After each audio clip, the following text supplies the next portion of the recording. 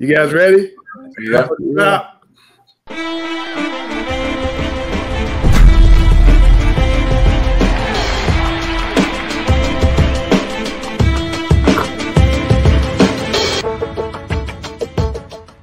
Man, these comments are going crazy. Everybody wants us to bring the coaches on. But wait a minute, wait. Before we do, Chris, you got a fan that loves the picture of the Diesel on the wall.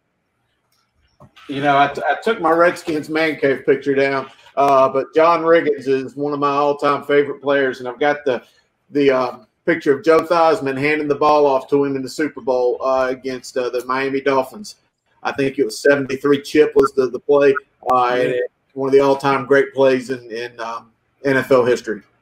You know you're a fan when you know the name of the play that led to the ring. You know you're a fan then. And Sam, Dina has she just wants to know, are you and Chris going to like get it online so everybody can see it?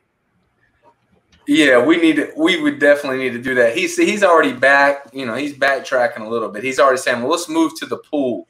Like he's wanting to make it a pool basketball game now. It doesn't matter really where it's going to be. You know, you got one way to put the ball in the hoop, and I'm going to do that better than Chris. It's that simple. You know, we can do your schedule, Sam, and I can give you a game between that guy down right underneath me or a game right beside of him. Which one would you want? You want to go to Richmond Senior or you want to go to Kannapolis Memorial to play a football game on Friday night?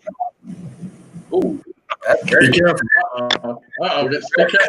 Well, I'd have to go to the K-Town, to be honest with you, because my man Newsome is over there. I love Mike Newsome. He coached me, and I think it'd be very important to watch my guy do his thing. I haven't seen that in many years, and Phil's such a thing what he does. Phil's got a great his environment is unbelievable. Like they literally have like a light show, and he's passionate with everything he does. You know, it's gonna be you couldn't miss. I thought you were gonna give us a chance to talk a little junk like you and Grice was doing a while ago. Man, you gave us a great response. We didn't get any junk talk in right there. Exactly. Coach Tim, we got some fans for you, Coach Tim, right there. Got some fans. Yeah. Raider faithful love us, man. They good folks. Coach Tim, what's that? You guys got a light show this year at the football games. Well, we got to have football, but yeah, we have football. We'll have a light show. I promise you. All right. Well, before I let you guys get going, I got to ask Coach Newsome. When I said I was having you on the show, literally about 15 people wanted me to ask you about Butler, and I know you just texted me in the back said I coached Butler 10 years ago. First of all, nice beard, man.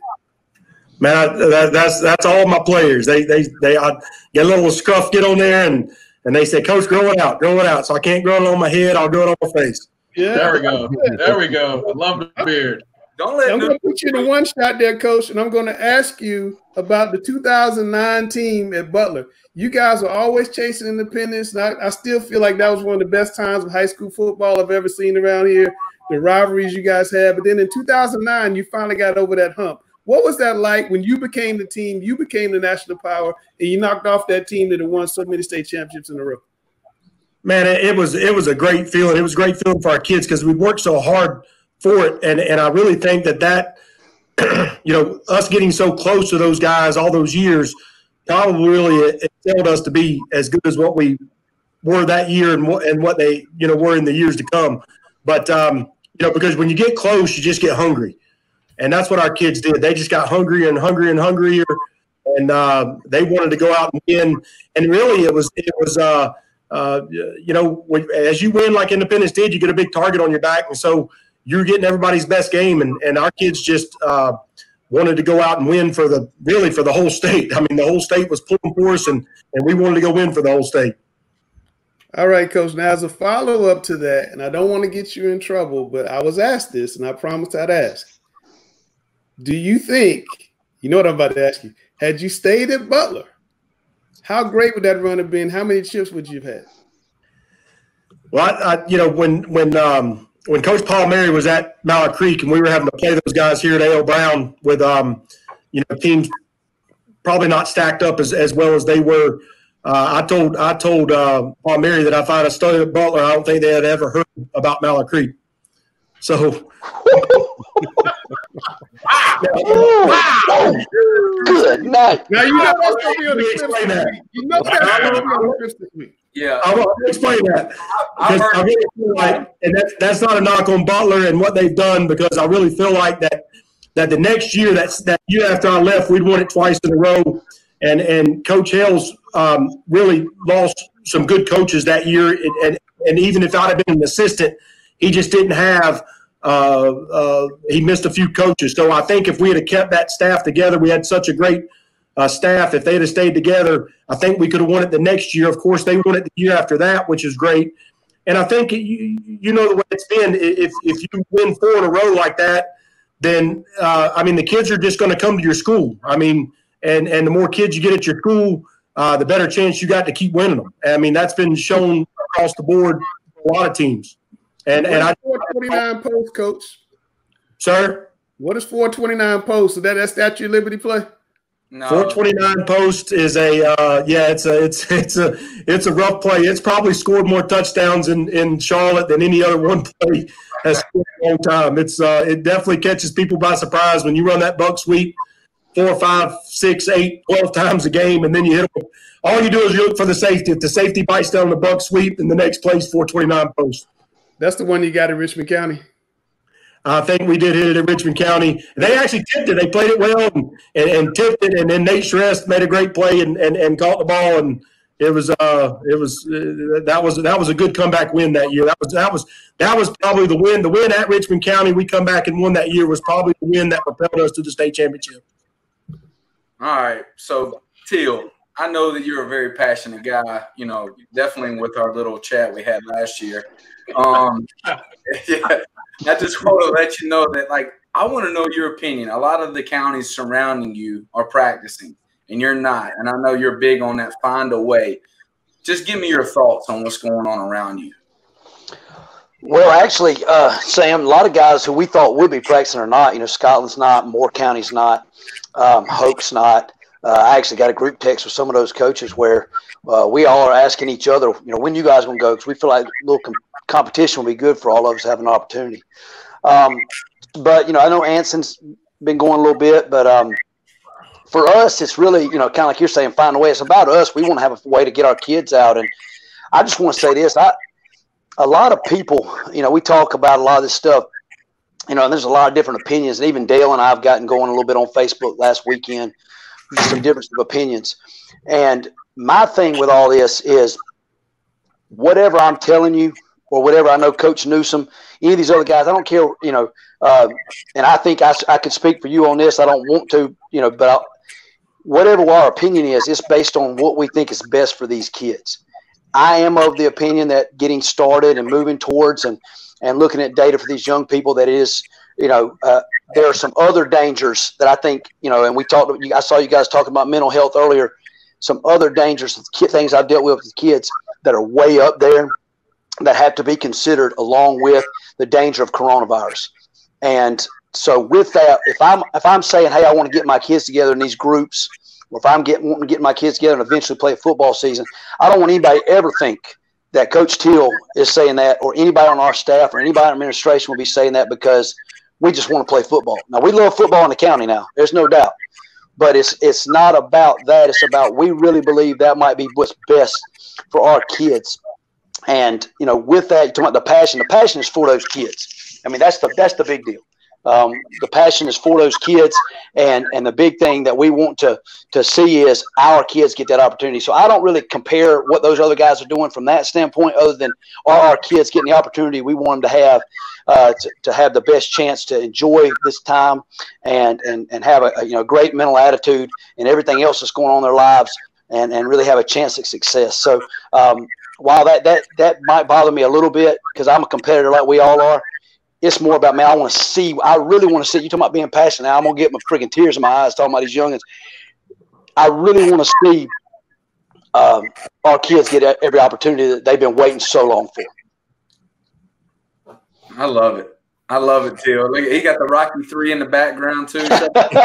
Yeah. Hey, there's no doubt now. That Rocky 4 is great, but Rocky 3, he's got to train. He's got to train. Quick, get away. But when he gets down to grunt time, he says, he takes a shot off the head and just says, "You ain't so bad. You ain't so bad." And he wants it, baby. You know, I love that. I love that. Good stuff. Well, Newsome, same question to you. You guys were about to start, and you got postponed. And just want to know your thoughts about it. Like, what's in Charlotte? We're not able to go. We know how it feels, but like, what is it like in K-Town right now? Well, I mean, Coach Teal and I've talked to coaches at Richmond before. I talked a lot to Paul Hoggard before I even took the job here. We are a lot the same. I mean, Kannapolis and Richmond are two of the same towns that love their football. And, you know, I felt for Coach Teal when he was talking about crying, when we had to postpone at the last minute the other day, I had two of my kids call me. I cried on the phone with them just because it killed me to tell those kids that we were going to have to postpone. I do this for the kids. I've always done it for the kids. I think you know that. I'll do anything for a young man, anything for a young person to help them better themselves. And I think football helps these kids better themselves more than a lot of things that they do, more than sometimes the education that they get in the schools. I think they learn a lot from football, a lot from the team sport. I think football teaches a lot to kids, that a lot more than some of the other sports do. I hate that I'm biased like that and a football coach, but that's just the way I am. But it was bad to get as close as we did one day away and then postpone. You know, we felt like that it was the best thing to do with the ticks in the case, ticks going up in the coronavirus. And like I said, it killed our kids. It killed me and the kids. I live for seeing the kids now. I can't go on more than that. But I do think I agree with Coach Teal that some people have to look at the mental side of our kids and see what they're losing, because they want to be here, and they don't. A lot of them are right now thinking in their mind, I'll sacrifice, getting coronavirus to be with my team. And a lot of what we were going to be able to do, we didn't think we could do. A lot of the teamwork and the team building that we do in the summertime, we thought we were going to miss that anyway, which kind of went into our process of pushing it back. But I just saw Nick Paquette there comment, and that's him and Sam Griner. I mean, those guys, I hope they can tell you that I love them, even though I probably said some choice words to them at times. Coach Teal, I appreciate you coming on. I know I called you earlier this week, and it means a lot that you got on board with us. I love the passion that not only you have for the game, but your entire county and your community of Richmond County. I mean, that's what high school football ought to be in the state, and in Kannapolis as well, growing up there. You kind of already answered this question, but I want to throw it out there anyway, about what your true feelings are about whether high school football should be played this fall or not. And if, and I want to throw that word, if it's to move to the spring, how much do you think it will affect the rosters with top seniors choosing to enroll in college early? Man, I'm so glad you asked that question, because I was watching y'all's segment earlier, and I got some thoughts on that. We've obviously got several kids who would have the opportunity to enroll early at places. You know, Caleb Hood, Jaleel Davis, Jacoby Baldwin. I mean, you can go off of these several of our guys.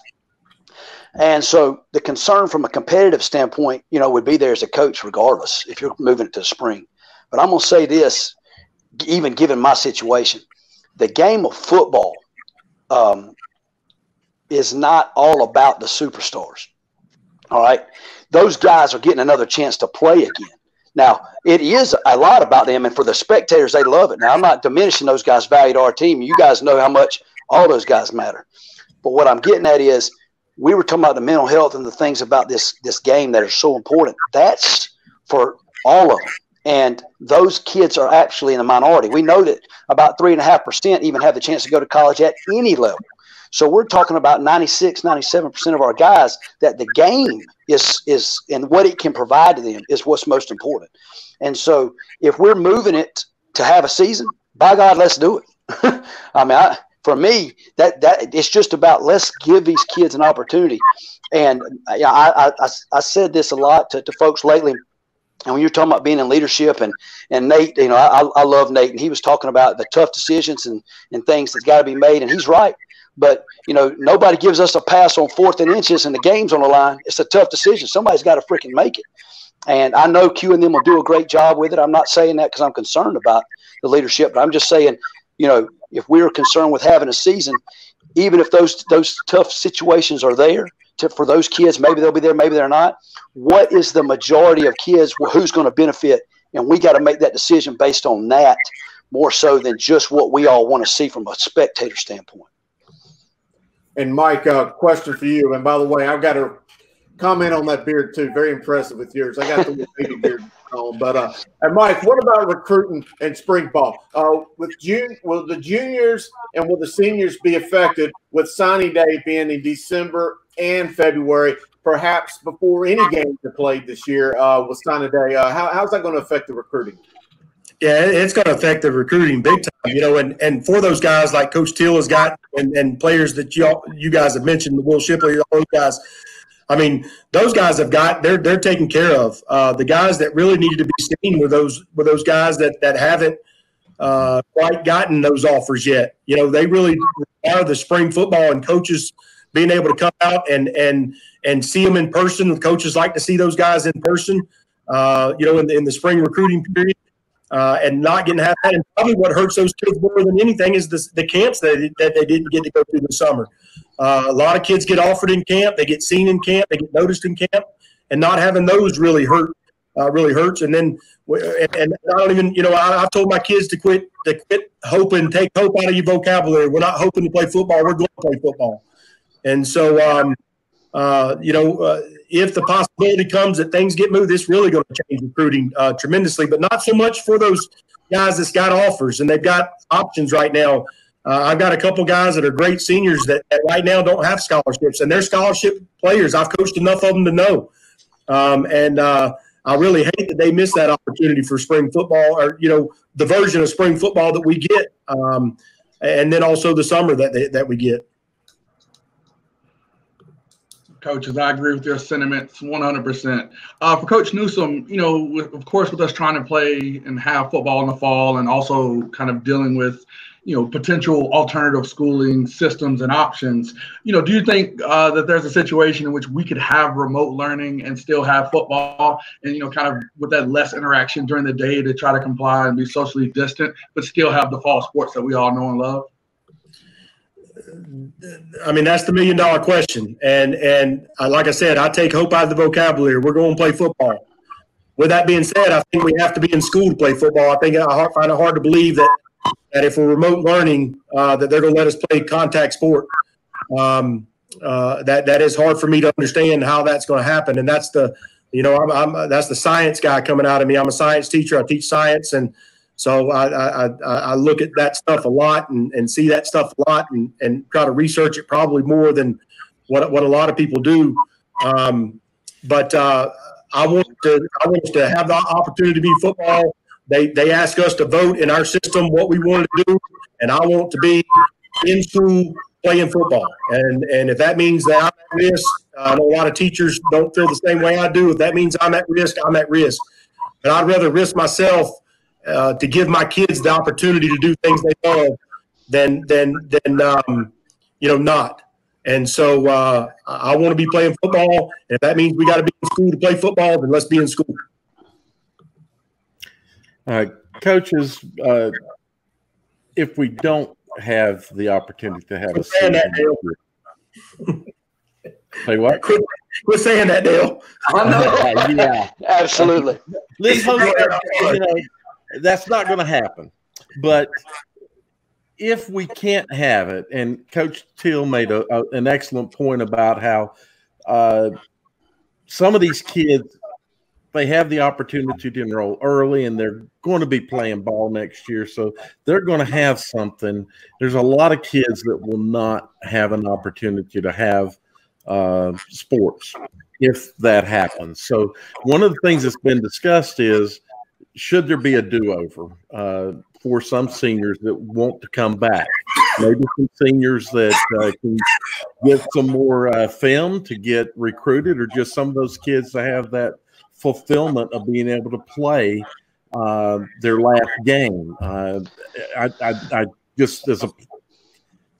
know that it's got to be difficult on those kids to think that their last game was last year. So our question, and Coach Gill, for you first, is what do you think? And what do you think about that? What would it take to make something like that happen? Well, I think that's really tough given the requirements to graduate high school and where that's going. That's the big deal, because high school, the reason they get those semesters, 8 semesters, is because that's what it's going to take for them to graduate high school on time. So now you're talking about not just reevaluating their athletic careers, but academically, why would they be coming back? If they've already fulfilled their graduation requirements, what are they taking? Why are they there? Are they there to take community college courses and still go ahead and get ahead in school? There might be some leeway there, but the thing you're going to have to answer first there, like most times in high school athletics, is what is the curriculum piece that has to go there? And I think that's going to be big. But I mean, I understand your hesitancy about if their season is or not, but I think we could have multiple instances here of looking at how we could have a season where, we could go, we talked about doing a reduced season, and Nate even spoke a little bit about that, reduced season here in the fall, but, you might be able to squeeze this thing in. I've talked to several coaches, squeeze this thing in between basketball and baseball and just kind of manipulate just a little bit there. And because baseball can be played into the summer, and there's several times the state championship has been after graduation. So there's several options to be exhausted before we talk about the actually not having a season and then even worrying about, reclassing. But I think the big thing for reclassing is what you're talking about, I believe, Dale, would be how do we handle the academic piece and how does that fit into what they're doing within a classroom setting and what benefits those kids from that standpoint. Yeah, I mean, Coach Steele hit it right. I mean, I've had in my position. I'm the vice president for the North Carolina Football Coaches Association, and I fielded calls for the last month about what we're going to do, And I actually talked to a coach today that had a proposal sent to me that dealt with the same thing, the ability to reclass or to maybe having another semester or another year to go, and adding that. And there's some challenges with that now. Q in her thing that she did last week with the media, I listened to the whole thing. She didn't say that was off the table. Now, there would be a thing, I think, that the age requirement, that would be a deal, and maybe that's a way to do that, is to allow a kid that may be a year younger playing in a grade to do it, but not change the age requirement. I do think there's a deal. My father-in-law is a former assistant superintendent of schools, and so talking to him, when you look at the amount of money that it costs to educate a kid, and now you're going to put that money, add that money back to the till again to educate that kid an extra year. It would cost across the state, and we're already going to see just the measures that we're going to have to do as far as the things that we're having to do in the school to clean up is going to cost the state a lot of money. So it's going to be tough to do that. But I don't think that that's off the table. And I would like to see them at least look at that. But I think we've got to exhaust all avenues of playing football before we even look at that. Yeah, Coach Teal, for a long time, the state championship ran through Richmond County, and eventually Tommy Knox and Independence broke through, and then Butler and Mallet Creek, and now Vance. Where is Richmond County in relation to the Charlotte schools as far as your program building? What kind of team do you think you're going to have this year? Well, we think we have a great team, but we're not but a few miles east on 74. If you're looking for us, anybody who wants to find us, they can come to Raider Stadium anytime they want. I mean, and they can run the daggone state championship through there every year. Now, you get me fired up for real. Now you want to start talking about that kind of stuff, because we went down and I haven't had a chance to really talk football with anybody about football in the last few months. By God, I get fired up in a hurry on that mess. All right, I mean, I don't care who they are. All right, we don't care who they are. Our kids don't care who they are. All right, we got a great football team. We're going to be allowed to play. Bring that junk to the house. Let's go. That's what I feel about it. I love it. Yeah, Mike. What's up, Griner? What's up, Griner? Griner, you want to go down there for some of that? Part of that right there. That's awesome. I would play for him. Seriously, he's Newsome. I want to suit it up right then. I'm ready to go. Ready to go. We all got the juices. We've had them. We've been holding them too long, boys. You know, I can't handle much of that kind of talk. Need a picture of that. Oh, you need to throw that. Chris ready to sell. Chris ready to go. Chris keeps switching those helmets around, the Canapolis one and the Richmond one. But I saw that too, Mike. Every year we get to the playoffs, and we always talk about how deep the West is. Do you kind of wish sometimes that Richmond went East and we could get a Richmond? You won't ever get that out of me. That won't happen. I ain't built like that, man. I ain't built that way. All right? I want all the smoke. You know what I'm saying? That's what the kids say. All right, I ain't built like that. Now, and our kid, you'll hear people say that, but I'm not a competitor that way. You know what I'm saying? I mean, I'm just not like that. So I don't want to try it on anybody who says that. And I understand what they're trying to say, but I don't care about that mess. Let's just line up and play. Yeah. Let me flip that. Yeah, definitely. You're to be the best, beat the best. Right. So, but we have football this year. Isn't it better for the state that the East is stronger and has a team like Richmond? Yeah, you're asking now. That's a different question, Dale. That's a great question. I think when you're talking about the parity among the state, that might be better for them. But if you ask me what I think about it, I don't care about going east to west. Let's go play. And you just want to line up and play. God Almighty, like I said, y'all done got me going now. Yeah. Isn't it fun just to talk a little football for a change instead of games? Hey, we could make a coach's team. As good once as we ever were. Got the defibrillators around.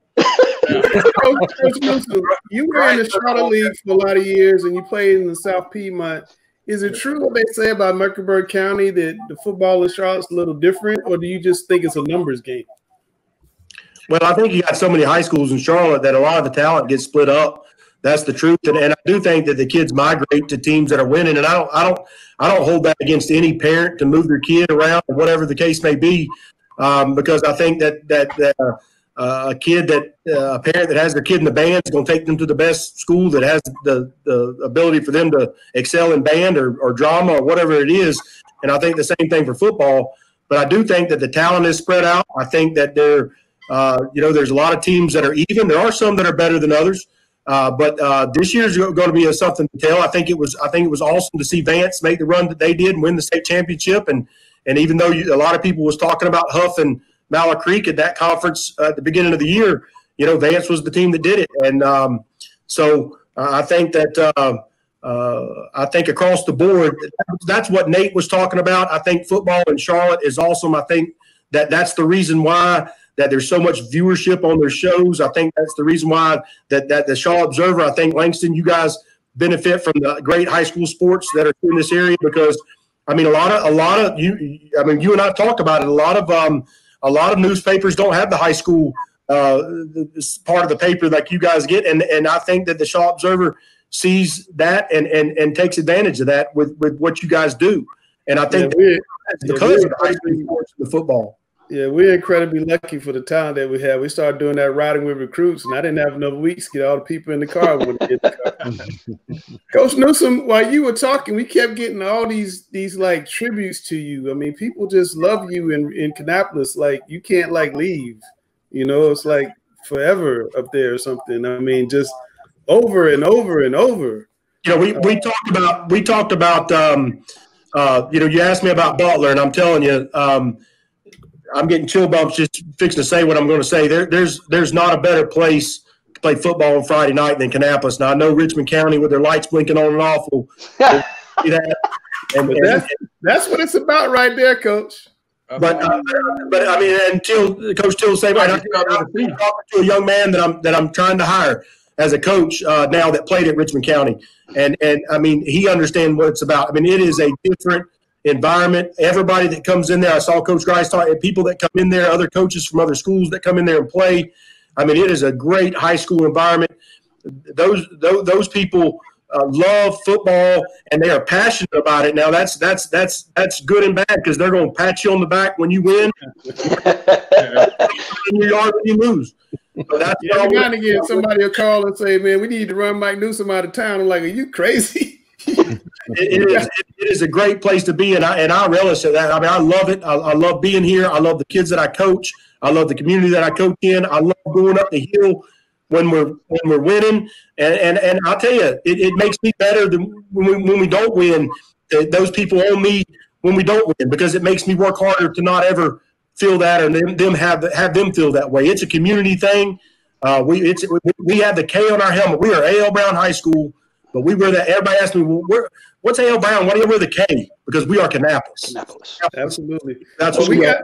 We got a guy on our show that just loves you, and he just had to. He was on me on a private chat to let him say goodbye to his coach. So before we let you out of here, we're gonna let Sam kiss you, hug you, buddy you up a little bit.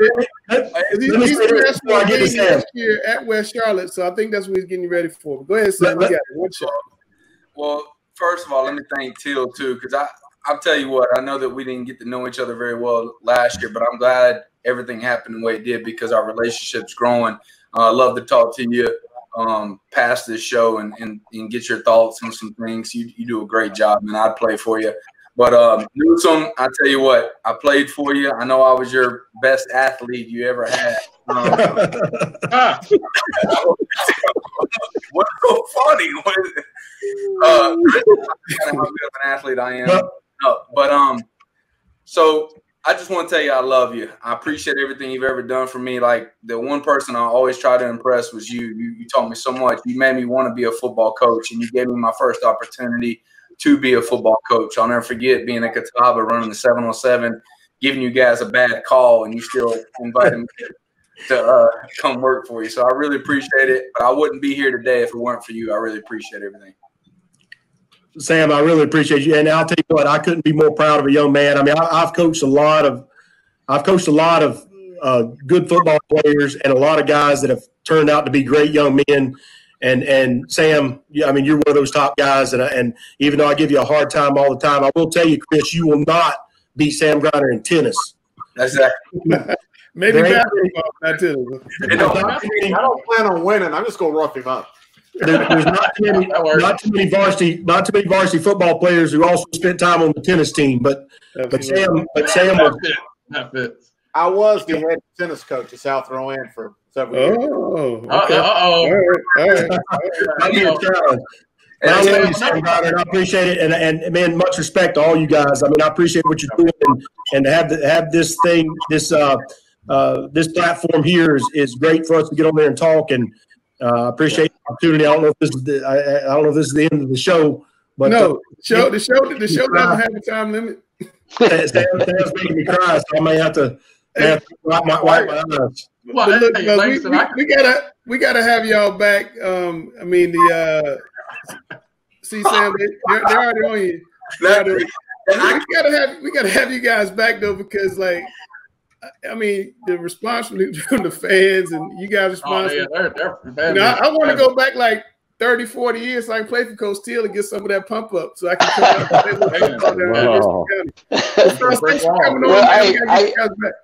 I do want to say, man, that the great thing about that was watching Sam and Newsome. That's exactly what we were all talking about. And you couldn't have scripted a better way to kind of see exactly what we were talking about the relationships. Because that's fantastic, guys. Absolutely. That's what it's about. Coach Teal, Sam talked about that Rocky III picture. I think I'm the first one that showed him Rocky III back in the day, baby. Nice. Everybody's got to have somebody do it. I did a segment on Rockies, literally, like after Newsome showed me back in the day. Before we let Newsome get out of here, we all got to say it on 3. 1, 2, 3. Be hardcore. All right, coaches. Appreciate y'all, man. Y'all be good. Thank you, guys. Thank you, man. Appreciate it. Love you, Sam. See you guys. Hey, brother. Hey, Mike. Yes, Chris. Tell you what, fellas, we got some great football coaches in this area. We talk about it all the time. In this show, I'm glad, one thing, for you guys to see the personalities, because like when I do stories on these guys, you guys don't really get to see the personalities. Not you guys, but the people watching. Right. Don't get to see the personalities kind of come through, and I love this show for that. But, man, it's time for my favorite segment right now. We're going to Chris's Corner. Chris, what you got?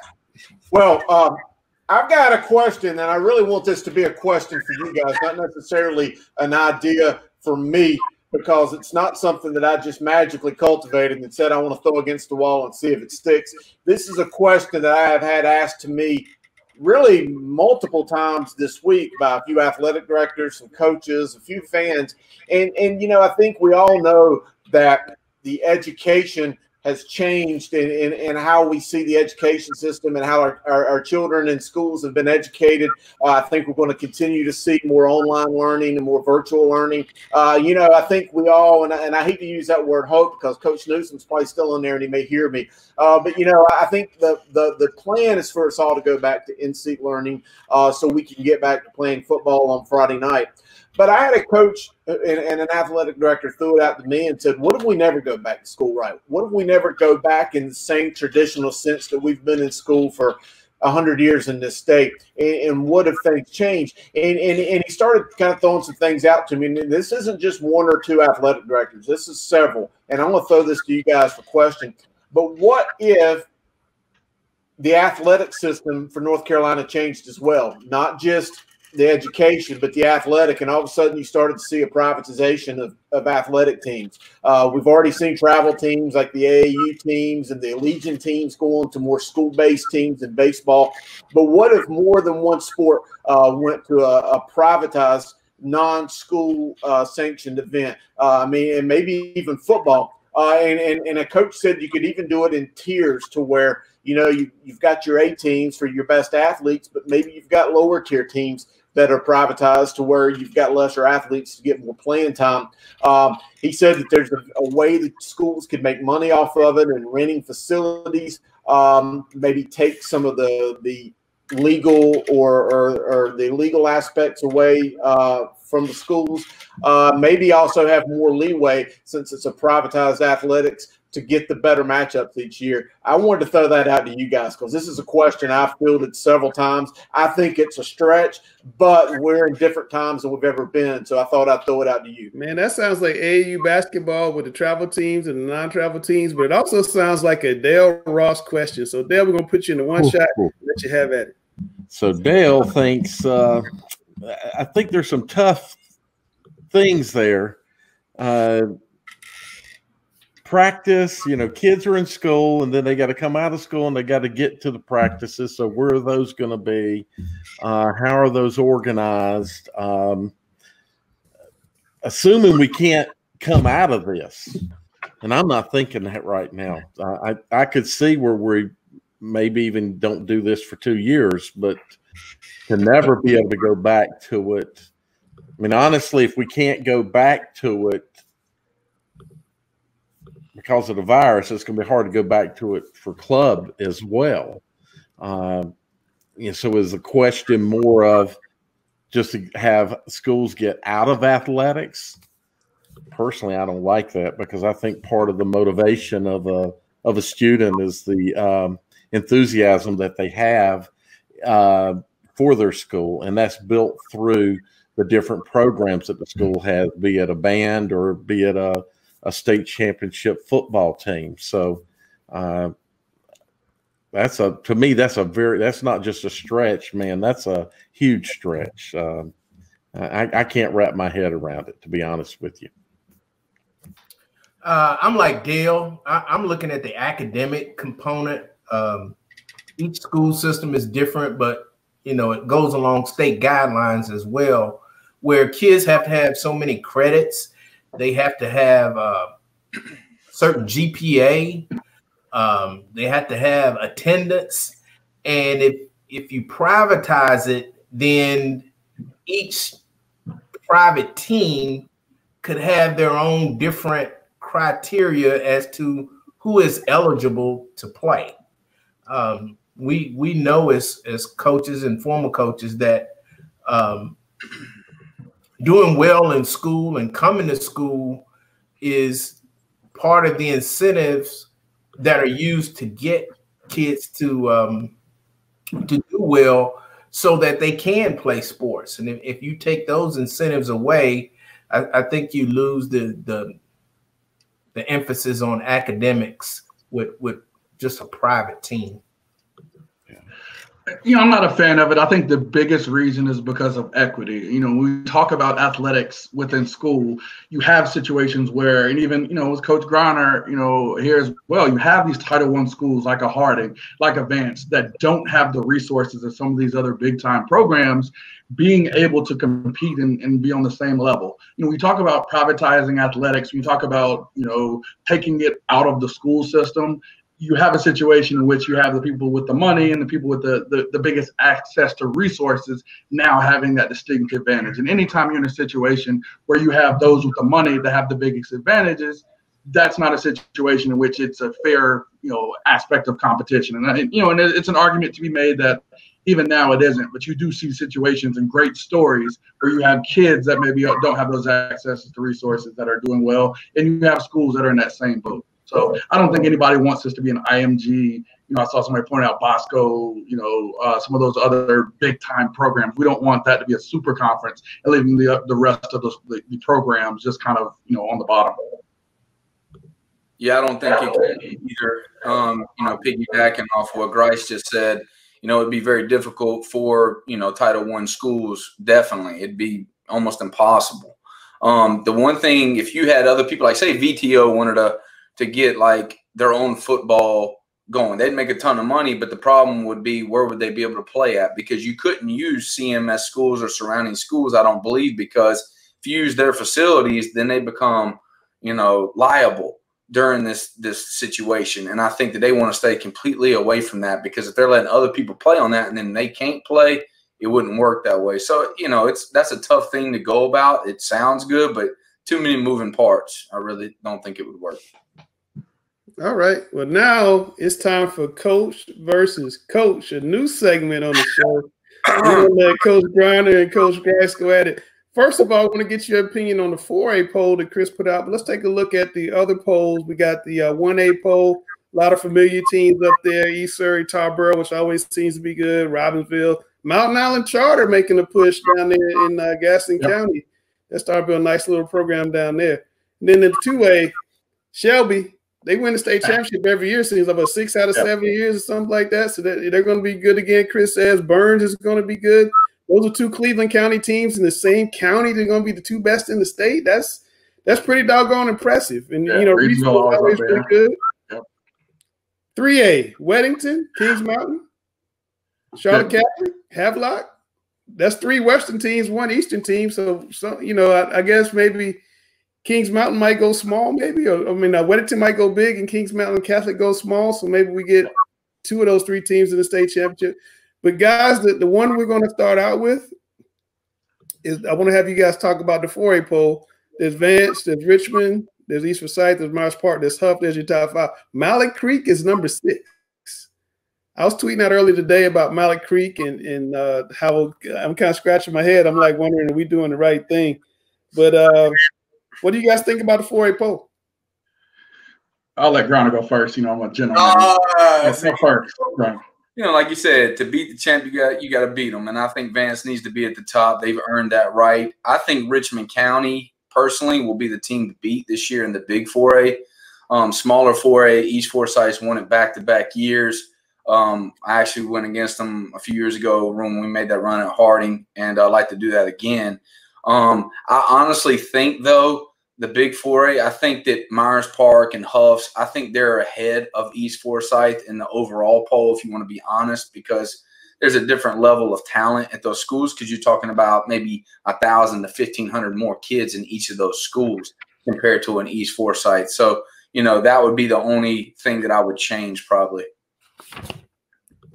Yeah, I wouldn't disrespect that East Forsyth team and that big conference up there in Winston. You've got West Forsyth, you've got Glenn, Reagan. I think it's 4 or 5, if I'm not mistaken. I don't have the list up right now, but I think in that top 20, you have 4 or 5 from that conference. So even though East Forsyth is a small 4A school, they do play a lot of these big 4AA teams, and I want to say they either beat West Forsyth or I think maybe lost by a couple. So they can hang with a lot of these big 4A teams just the same.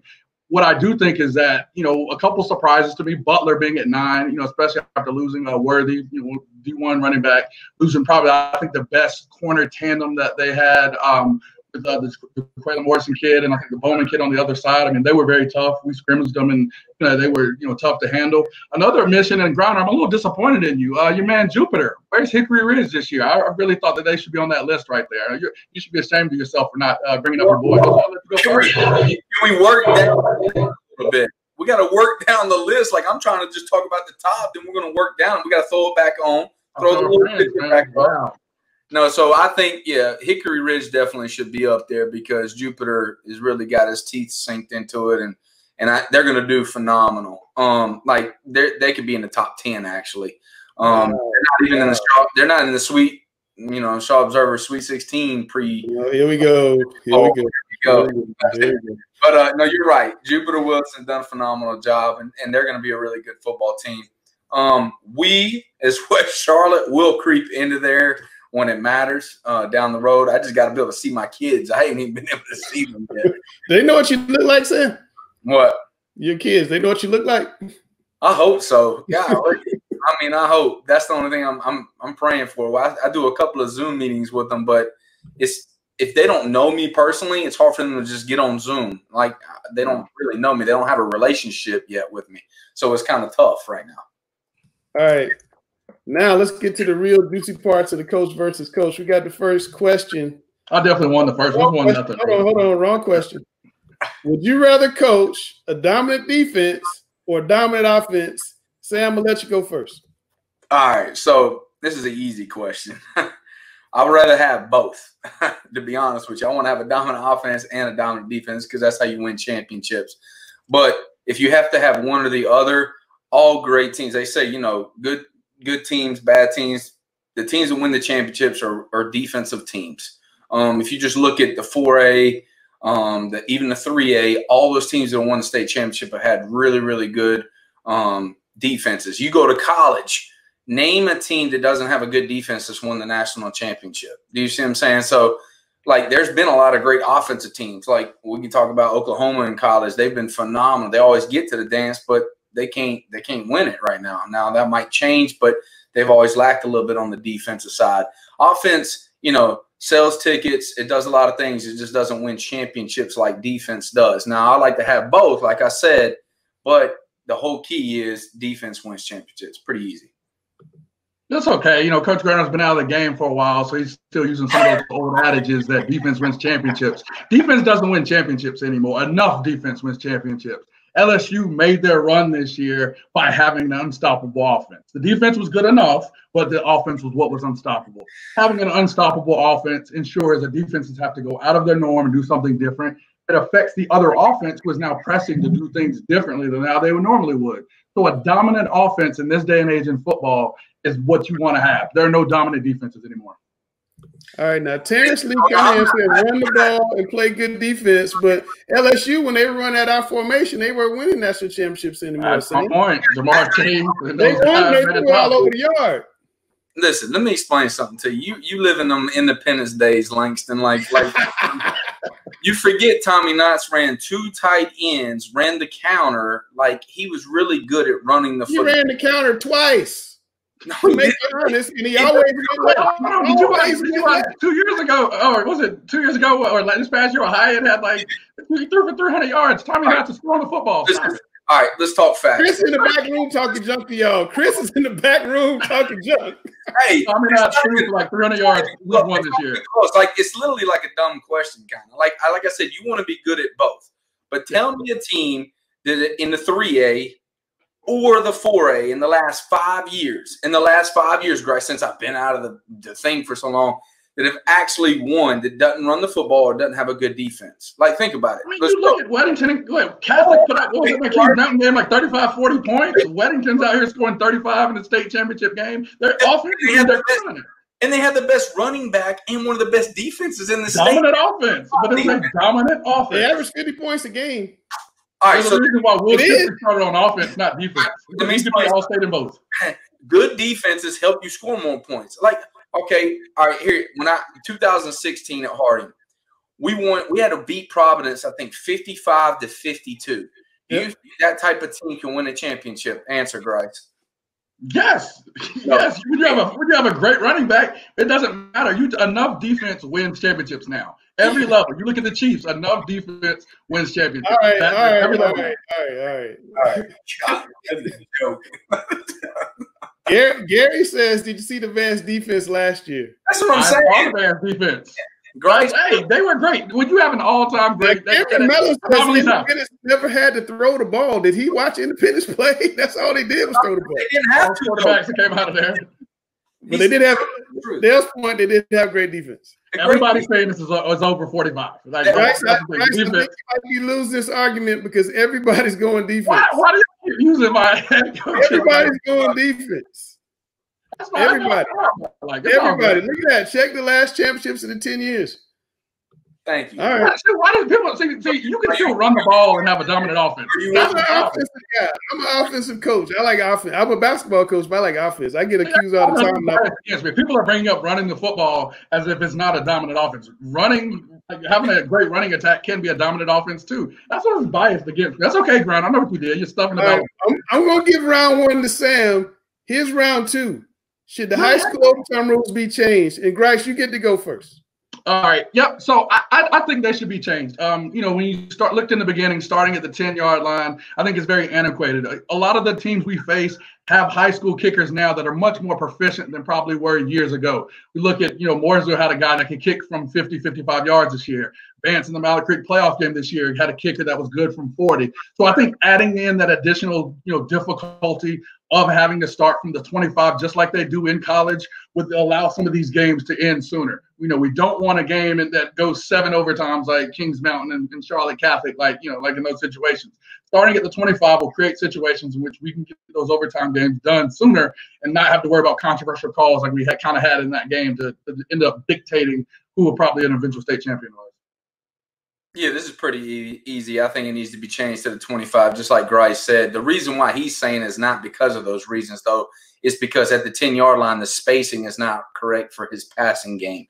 So that's the main reason why he's saying go to the 25. But I totally agree. With it moving to the 25 because now your kicking game really comes into play. Are you working it enough during the week? Like you could hold somebody and then easily miss, a 32-yard field goal. Nope, that'd be 42-yard field goal. Yeah, it'd be really hard. So like some teams could hit it, but a lot of teams wouldn't. And so getting first downs and coming up with a plan instead of just having a couple of trick plays, some misdirection to score, because it's easier to do that from the 10. But I like the 25 as well, so it's going to be hard to argue that. What's that? Forced 2-point conversion attempts after 1 OT. Yeah, I could do but I'm telling you, I don't think if you technically went to the 25, I think that you wouldn't have more than 2 overtimes. I think that something would happen unless teams Agreed. I think it would be ended. We won't have 7 overtimes. What was it? Kings Mountain game that had 7 overtimes? Mountain Catholic. Yeah. That's pretty amazing, though. Yeah. I agree with Sam. You by moving it to the 25, it does create spacing.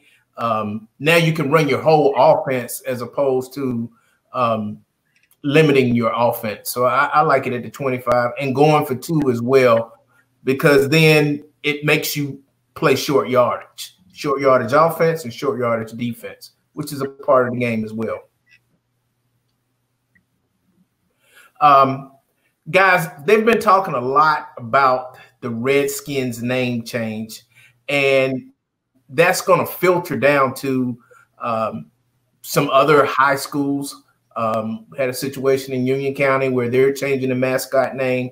What do you think about changing mascot names because one segment of society thinks that it's inappropriate? Well, there was a good article that Langston wrote about that. My high school went through a change, and this is a tough thing to call because if you're not impacted by the name, you can't have empathy, I guess is the best way to put it. So for me, it was a very difficult change to see the West Mecklenburg name go from Indians to Hawks. And that was a big movement, just like what we're seeing right now, that's impacting this Parkwood thing, which I think is a little bit different. I don't think every situation is the same, and I think that should be left up to those that are impacted. Man, it's hard to say because you really have to pick the situation. So the high schools that have all the Indian names, I think most of the natives believe no matter what they are, they're offensive. And thus we really should, as people, we've also got to step out of our space and look at other people and see it's not just one that's offended, but it's multiple people offended. Then we have to accept it. Dale, I'm kind of in agreement with you. And like your school, my school also went through a name change back in 1971. South Rowan High School went from the Rebels, as did a lot of schools in North Carolina around that time frame, to the Raiders. And now we're also seeing a Raiders mascot being questioned in Gaston County in Belmont. There is a group that wants the mascot, not necessarily the school name, the Red Raiders, but at least the mascot portion of it retired in lieu of something else. We've seen that same thing happen just in the Raiders name in High Point at T.W. Andrews High School back in the 1990s. They removed the full Indian headdress as their mascot. I agree with you. You've got to have some empathy towards the ones that are offended. I hate to see the names changed when there's so much history involved, but I think it's just a step in the maturation of the community and just accepting of those who are offended. And we live in a country of a lot of offended people, but sometimes you just need to make those exceptions and just be understanding and be courteous to what others think, because what I think is right may not be the same thing that Gary thinks is right. And there ain't nothing wrong with that. It's a difference of perception, but it is what it is, and you've got to be sympathetic to that. Now, of course, a lot of people that know me know that I've been a Redskins fan my whole life, and it has truly saddened me to see that nickname go away and that mascot name go away. And I know that there were a lot of Native American tribes that were in support of it, but there's some that weren't. And ultimately, corporate America and business interest and the sympathetic and empathetic vote towards those that were offended, it won out, and it probably was the right decision. I don't think that there's a right or a wrong answer to this question. I think it's totally in the view of those who are looking at it from their point of view and their perspective, but it's certainly something that we have to take up, and it is a current event. Yeah, exactly. You mentioned the Red Raiders, and so as you look at some of these names, West Mecklenburg was Indians, and that's maybe not offensive. As I mentioned to Langston, was that when I went to West Mecklenburg and finally learned that I had to be an Indian, I learned what Indians were. I grew up with one image of Indians, and it wasn't a positive image. When we played games of Cowboys and Indians, you didn't want to be the Indian because that was the bad guy.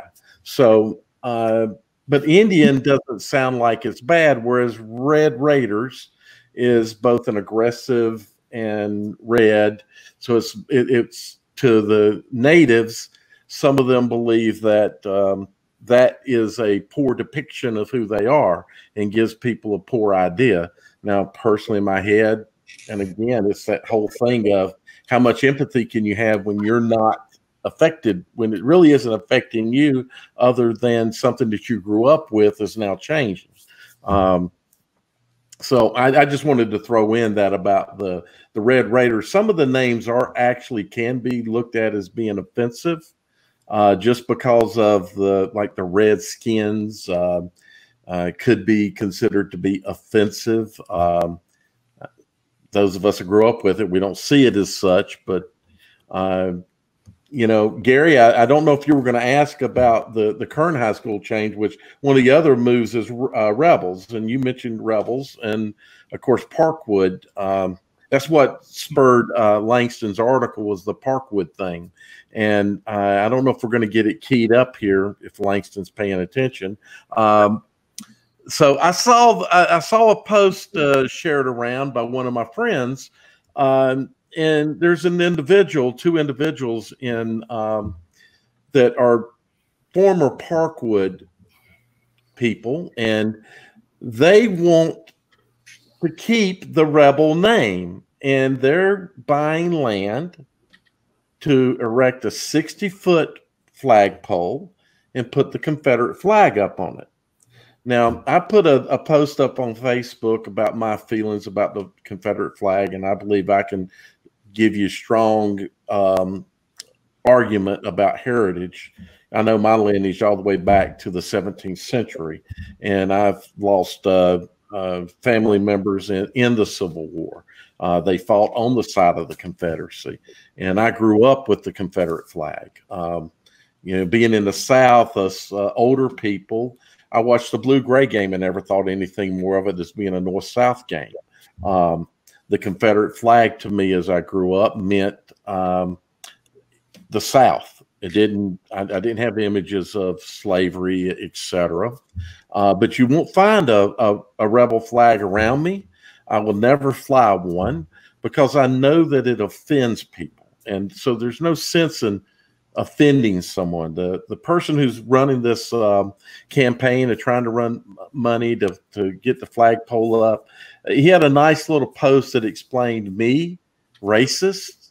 It's kind of funny. The KKK stole the flag and this and that. And if all that, even though a lot of that is true, we know that there's a lot of people that are offended by it. And I've heard stories of people telling me, Langston even related this story to me about how it made him feel. And when you hear people say, this is how this makes me feel, how could you, no matter what you believe about the flag, if you truly believe it's got good cause, how could you want to fly it and purposely not just offend, but you actually incite some fear into people? So I think what these guys are doing is bad, wrong. I don't support it at all. I'm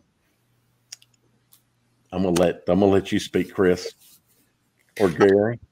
I agree with you. And the first thing that I would hope, and like yourself, I grew up in the South. In fact, I grew up in the rural part of a county, so I understand. I've got relatives, friends who have flown the Confederate flag, so I've been around it my whole life. I as well have family who fought and died for the South, so I understand.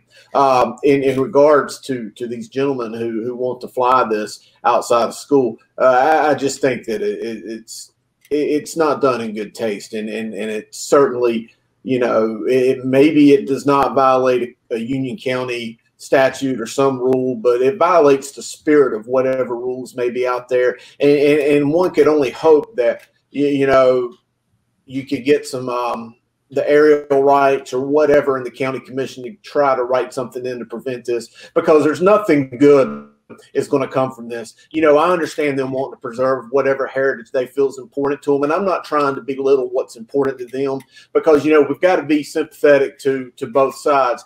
But I think that regardless, if they put this flag up, it is going to incite a reaction, and I think that reaction is just not going to be good. And I think that there's better ways that they could honor their own heritage versus trying to do this just to put it in the face of the people who voted to change the school's name. Exactly.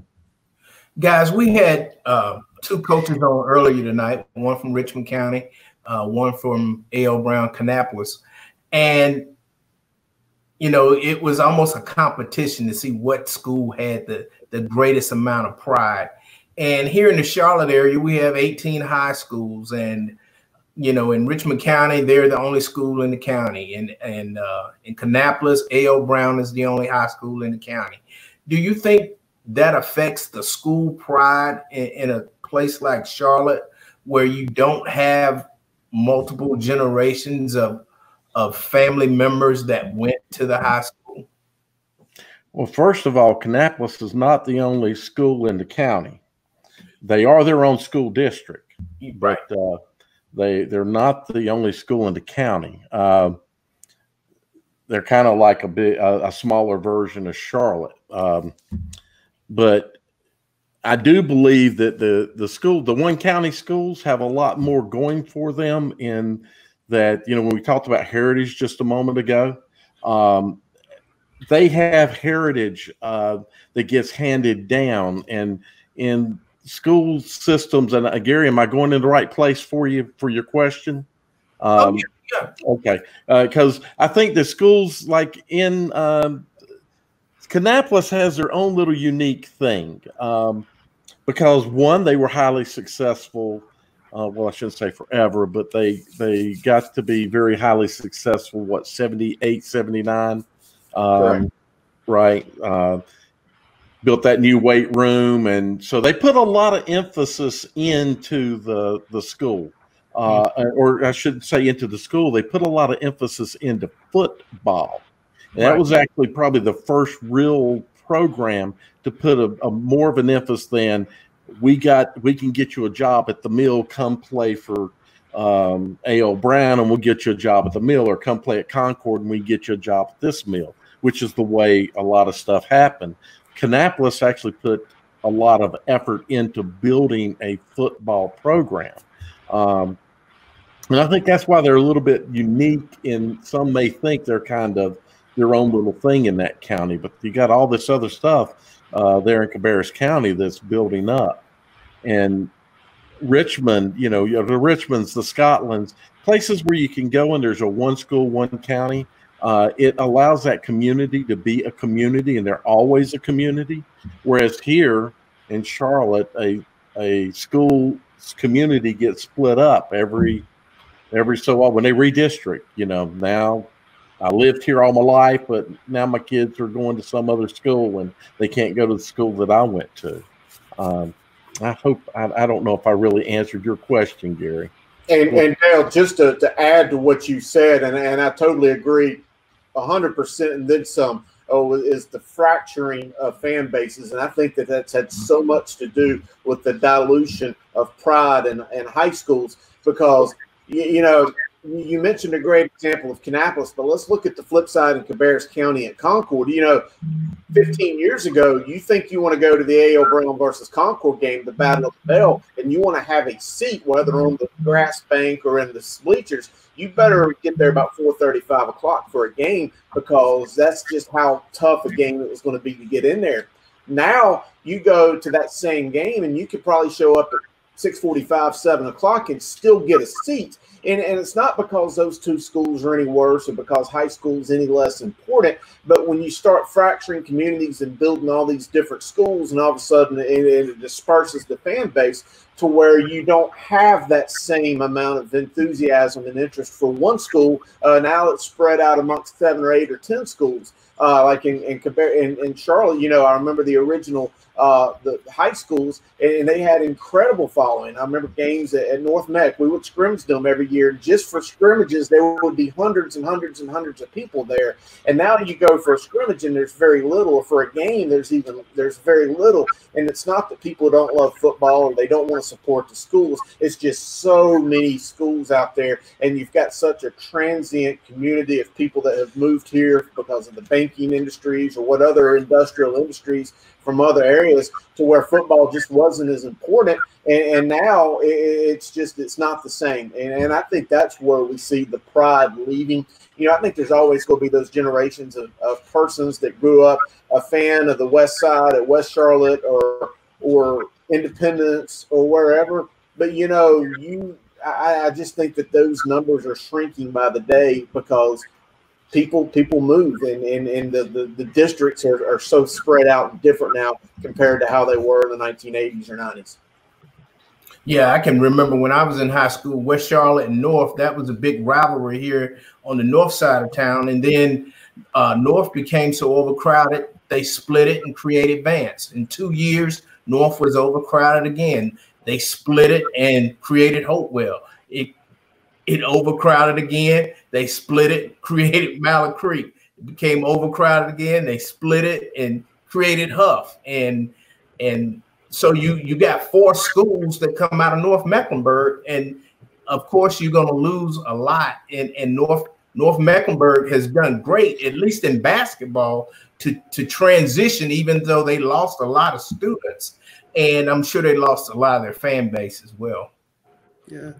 Guys, man, this has been the longest show we've ever done. It's been really fun. It's kind of cool sitting in the back and looking at you guys talk, but I'm really worried about Nate Wimberly, man. I can't have him be on talking. He's going to take my job. He's awesome. He's great. He's great. Guys, I got a couple comments I want you guys to react to, and I want you to give you a second to read this first one. And Sam, I'm going to let you take this one. So go ahead and read it real quick. And I want to get your response, because we've gotten some version of this several times tonight, where people are saying that, you know, we're putting too much emphasis on football and we need to worry about the other students and not changing rules for football and just moving football to the fall, to the spring and all that. Let me get this Charlotte Pride thing out of there. And Sam, what do you think about that?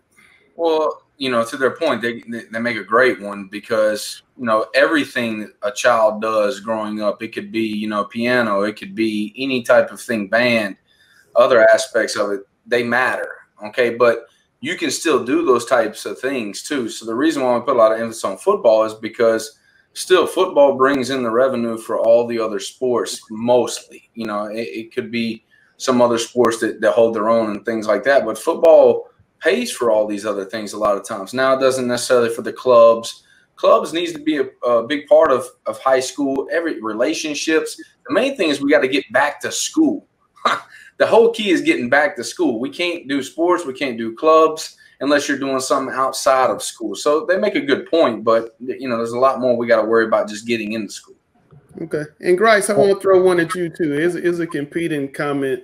People can say what they want, but sports are lifelines for school systems, especially football. Some kids are motivated to come to school basically just for football, and to take that away would be tragic. What are your thoughts about that? Because I know a lot of times people who aren't in football don't really get that point, that some kids are only coming to school because they have a chance to play on Friday nights. Oh, I agree 100%. And I think, I mean, you know, when you talk about anything that a kid is involved in, even some of the different clubs and other sports that are mentioned, those kids are going to be naturally more motivated to come to school to partake in those activities. You know, one other thing that's known about Hopewell is our band is one of the best in the city. You know, our band director, you know, Eugene Diggs, I'm friends with him and see him on social media all the time talking about the same level of effects and impact that we talk about that we're dealing with, that he's dealing with himself and his band students. They do a great job and have as much commitment to their craft as we do, you know, with the football program at Hopewell. So we're speaking about football because it's, you know, it's close to us and it's important to us. But there are other people that are going through very similar things that may not be highlighted, but it's still a similar thing. Yeah, we talk about football because that's mainly what we have been doing around this. Hopefully we can expand out more. We all have ideas on this. I had kids, 4 children that I raised, and I had athletes and I had kids that had to take part in the clubs and the other things. And it's just as important. There's no separation. And unfortunately, they have the same issues they must face that any of the team sports must face. And that is that they're going to have to be distanced or social distance and mask, et cetera. So they're going to have the same kinds of concerns that at least some of the team sports will have. Football has the concern of having the contact, but it's just as important. It's just as a big a consideration. And I told a person the other day, I said, you know, if we can't have football, or we can't have certain club sports, we can't have club activities, we can't have athletics. So if this whole stuff has to balance around, and the school admins are obviously have to balance that, in that you can't have one and not the other. You're going to have them all. They're all important. They're all important to the students. We're football guys.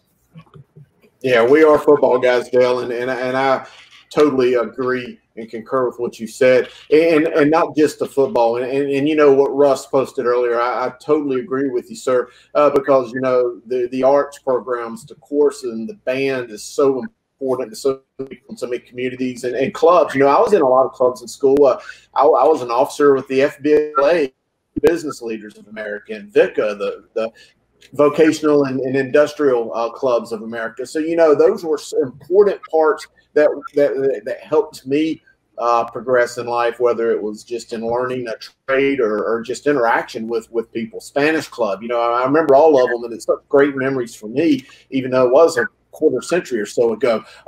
And not just that, I've got a family member who's an instructor for the JROTC at one of the high schools in Rowan County, and he had a son who has gone on and become one of the best Rangers in the United States Army, and all the skills that he learned in that ROTC program. So, I mean, there's so many important things that you can learn in school, and that's the main thing. We just need to get the kids' butts back in seats and get our country back to normal and get our people back to work. Now, granted, there's a process to that, and we've got to do it safely, and you know, the mask and everything helps. But, you know, we need to get people back rolling so we can get these kids in school. But, you know, back to football guys, like Dale said, and here's the thing that people don't understand, but football does pay for a lot of those other sports. I mean, that's important for us to get the financial engines running to these schools as well. All right, Sam. Last question I got for you guys for tonight. What do you expect from Governor Cooper and the NCHSAA? If we hear from Governor Cooper this week, what are you expecting to hear? And we'll go around the room. I personally don't want to say that we're not going to go back to school, but I think that he's going to say we're not going to be able to do those types of things. I think that they're going to expand the law to everybody having to wear a mask, making it official, doing a lot of different things, and it's the next step trying to get rid of this virus. Part of me wishes that I know that we couldn't do this. Part of me wishes that everybody could just go touch something and everybody get the virus, and then, you know, it's like the old Rocky statement, you know, hopefully you make it. You know, I don't want to say if he dies in Rocky IV, but like we would all get through the virus and to be able to move on our daily lives. But it keeps rising. I mean, when to the point when it stops, you know, we want it to stop. Yeah. And on the previous question about the clubs and activities, kids need to be in school because they need a sense of belonging other than belonging to a family. And that's what school and school activities give them, a sense of belonging, a peer group, a club, a certain class that they may specialize in, as well as, you know, being a part of a sports team. What do I think the governor is going to say?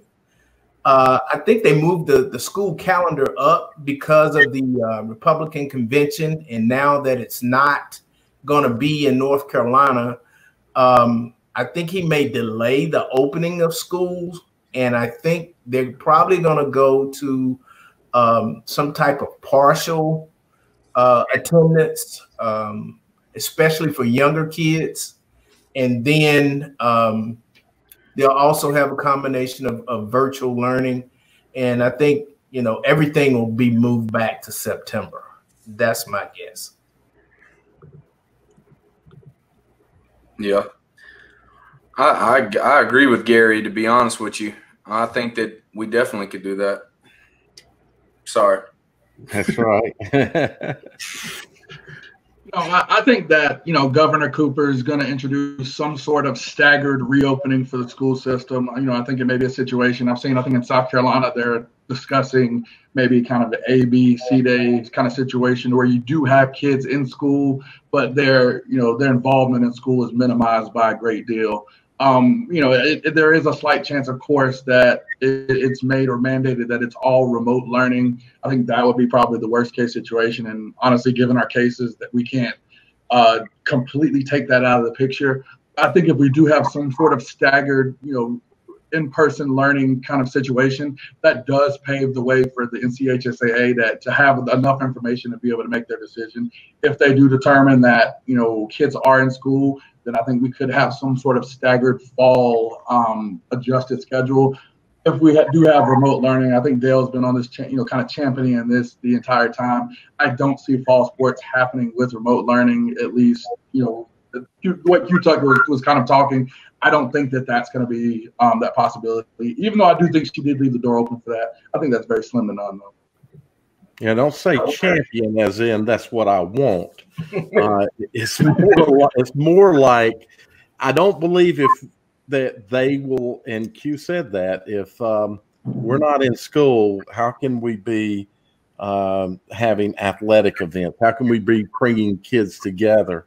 And I'm expecting, just based on what I'm seeing, and it's not what I want to see happen, but I'm expecting that Governor Cooper is going to come out and we're going to go to remote learning, and they will probably try to evaluate it.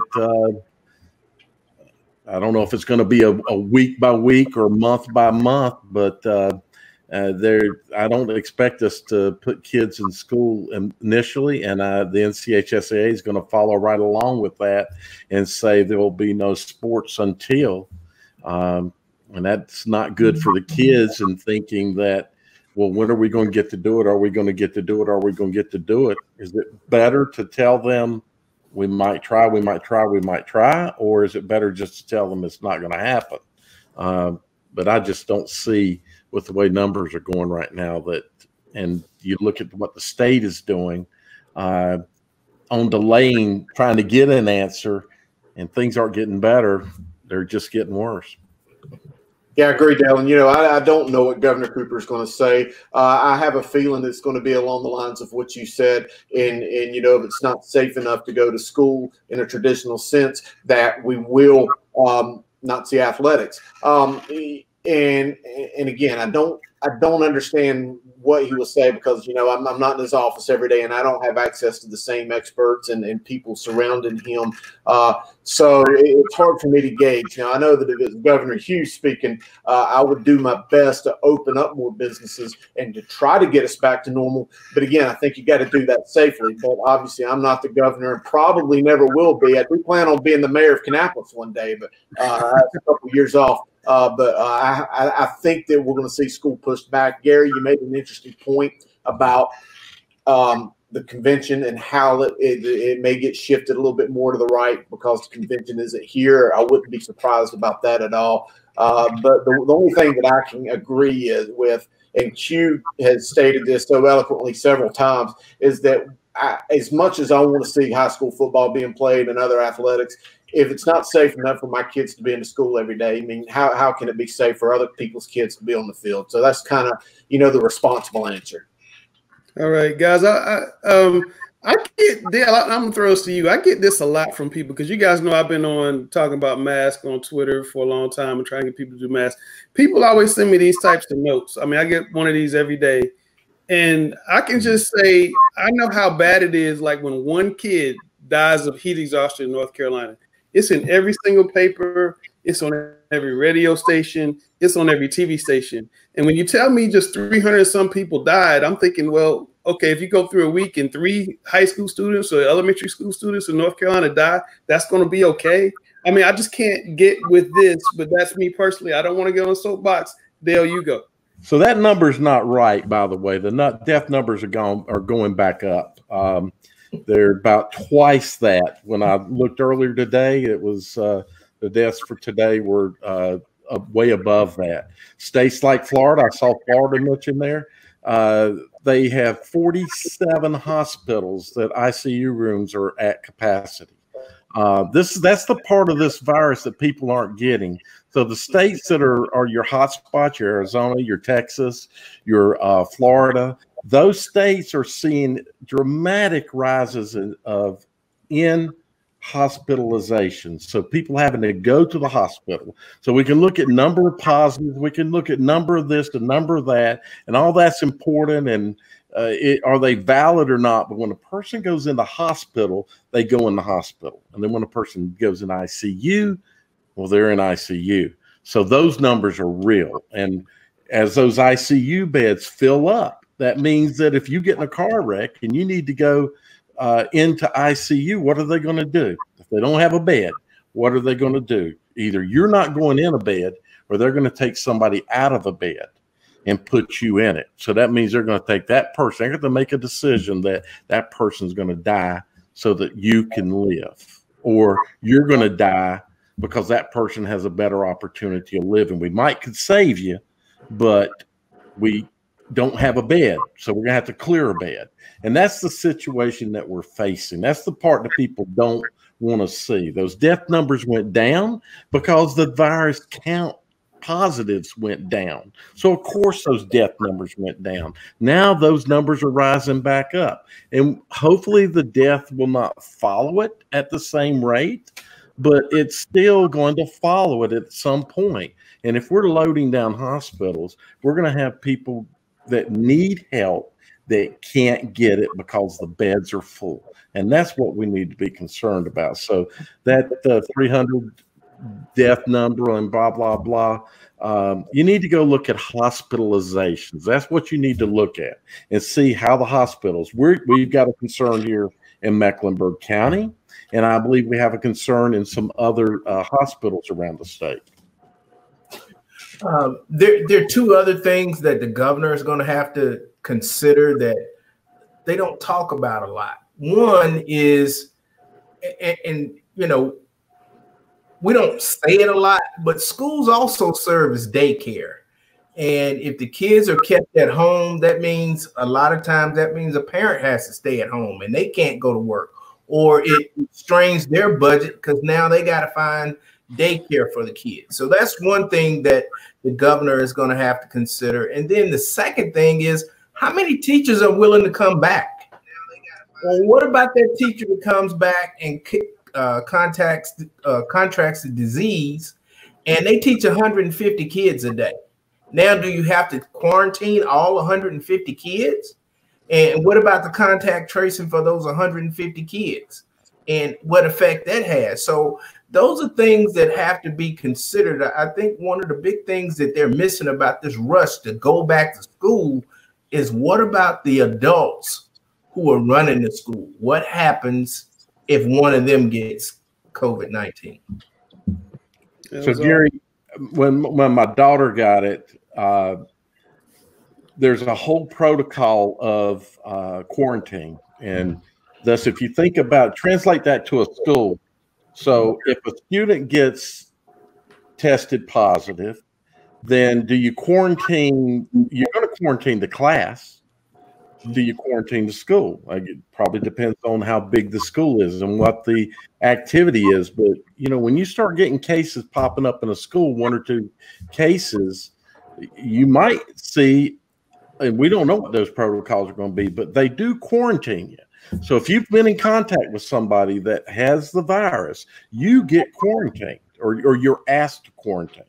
They're not locking you in, but if it's a class in school, they're not going to let those students come into school, right? So I got a point to make about this whole thing.